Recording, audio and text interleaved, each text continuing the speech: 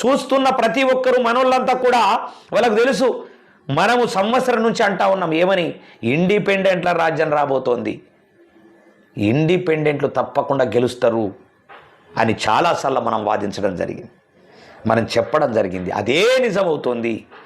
ఇవాళ మున్సిపాలిటీల్లో ఇండిపెండెంట్ల విజయం ఎక్కడ చూసినా అక్కడ కనిపించింది.